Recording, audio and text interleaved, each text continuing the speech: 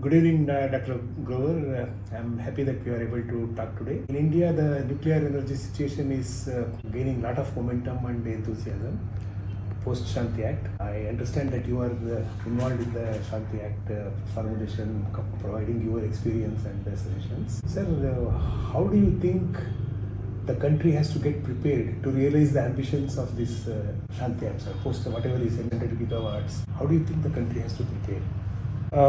Well, Shanti Act was a huge effort, and a large number of persons within the government contributed towards drafting of Shanti Act. Now is the time for action. Well, I think if we see the history of nuclear energy in India, there was a time that we were developing technologies, but uranium was always in short supply in the country. So government launched a diplomatic effort in which both scientists and diplomats were involved, which led to the relaxation of guidelines of international trade. And now we are able to, from 2008 onwards, India is able to import uranium. In parallel, Nuclear Power Corporation of India, along with R&D centers of DAE, industries, manufacturing industries in the country, has been able to develop a large pressurized heavy water reactor of 700 megawatt rating. 3 reactors are already working, 700 megawatt reactors. Fourth one is nearing completion, and in addition to these 4, NPCIL has plans to set up 22 more reactors of 700 That is in the fleet mode, as they call it, yeah. 10 of them are in fleet mode, and a fleet of another 10, NPCIL is working to get sanction for that also. So all these, both the second fleet is also sanctioned. It will be a total of 26 700 megawatt reactors, 3 already operating, 1 nearing completion, and 22 further. This will become a very large fleet. When we have a fleet of this size, this will give confidence to manufacturing industry to increase infrastructure, to provide equipment in a timely manner, and also give confidence to NPCIL and other companies who want to enter nuclear that they can also set up these reactors in the country. In parallel, government has announced that they will fund constructing small reactors of small size. NPCIL and BRC are together working on a 220 megawatt pressurized water reactor. Only yesterday, that is Monday, there was in response to a question from a member, the government announced that approval of Atomic Energy Commission has been given for construction of 220 megawatt reactor, and next step is cabinet approval. This is answered yesterday. Yesterday only this question was answered. I think that step is also being taken. So we have pressurized heavy water reactor already, the technology under our control, and the first steps with regard to having indigenous pressurized water reactor technology are being taken. So government, BARC and NPCIL are working together to set up the first reactor. It will come up at an existing BARC site, in this case Tarapur. So once we have the first reactor, it can be always, power can be raised. And if you look at the cost, as mentioned in yesterday's response to a question in Parliament, it comes to 26 crores per megawatt, which is again very competitive cost. Maybe next 4 to 5 years, this reactor will be completed, and then government can always decide, government and industry, what is the size of reactor which we have to make, which will be economical. It could be 300, 400, 500, depending upon what the Indian industry is capable of manufacturing in the country and where exactly economics works out best. Sir, you mentioned about 4-5 years of time. One question that comes up is, we have already a kind of time-wise boundary set. By 2047 we should achieve 100 gigawatts. Seeing the current status, we need about 10-12 times jump in the installed capacity. America is also going through the same kind of much more accelerated deployment of nuclear power. They are claiming 400 or 400 plus gigawatts of power. So in this view, how is this, what should be the pace of this acceleration, and how is the Indian nuclear ecosystem geared up? We need so many parameters to enable this 100 gigawatts of so many players to come in these, so much funding to come, so many people to come. So what do you think are the preparations needed to realize this and accelerate this vision of 100 gigawatts? You are very right. We need so many more players to come in to accelerate the pace of construction. As I said, NPCIL has already announced a program for last program for 700 megawatt reactors, and going forward they will perhaps add more reactors to their program. NTPC, which is a company currently engaged only in thermal and in a small way with solar, they also have announced plans to set up nuclear power plants. And to gain experience, they have tied up with NPCIL, and a joint venture between NPCIL and NTPC has been established. And they are constructing, this joint venture is constructing 4 reactors at Mahibaswara. So this will give NTPC experience in the nuclear sector. They will learn jointly with NPCIL, and later on they can be on their own and contribute to large construction program. I personally feel that 700 megawatt technology is under control, fully under control.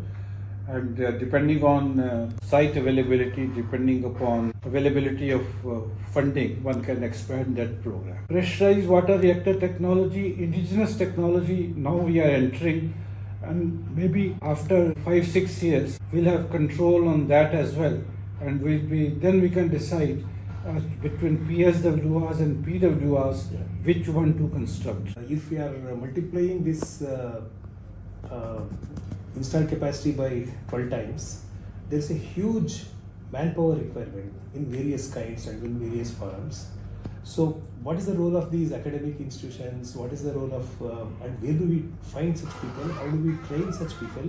Do you have any idea of what has to be done and what is happening in the country regarding this skill development, getting the trained manpower, and doing the human capacity development? Trained manpower, we have to look at 2 levels. One level is engineering manpower for operating nuclear power plants, and I find that number of engineers who are graduating every year in India, that number is fairly large, and one can always choose smart one out of these large numbers who have the capability to operate and man nuclear power plants. But will they be training has to be provided. I have been associated with BRC training school for the last several years, and notice that we in training school we get people from remote areas. They may not be good in speaking English language to start with, but they are smart. They know the subject, and they are trainable. You can train them to become good nuclear engineers, and this is what BRC has been doing. Second level which we need manpower is at the level of those who become good technicians, both in the nuclear power plants and also in the manufacturing sector. And I see that is where India is lagging behind. Somehow our ITIs are not functioning, or if they are functioning, they are not training people well. They are not doing the right job. When I talk to people in industry, they talk about shortage of welders, shortage of electricians, shortage of these skills which are important for manufacturing as well as for manning nuclear power plants. Everyone seems to be thinking in terms of graduate engineers, which are available in plenty, but I think we should think more about people at a tradesman level and people at diploma holder level who will man these jobs, and without them we cannot go forward. Wonderful, sir. Sir, that's a very, very, very apt point. More focus is always spoken of engineers, and as you said, there will be trainable subset of engineers available in the country. How to develop the training programs may be of importance. That's what we need to think. What about the R&D program, sir? Because in nuclear, the Shanti Bill has clearly stated private sector can get into R&D in nuclear, and also it opens up a lot of opportunities for collaborative R&D between academia, industry, and even the government entities. How do you envisage in the new scenario the R&D in nuclear, sir, in the country? R&D currently is being done mainly by the government sector only, and that will continue. Somehow, private sector has not shown much enthusiasm for R&D in our country. If we see, I was looking at a report which was prepared by Office of PSA.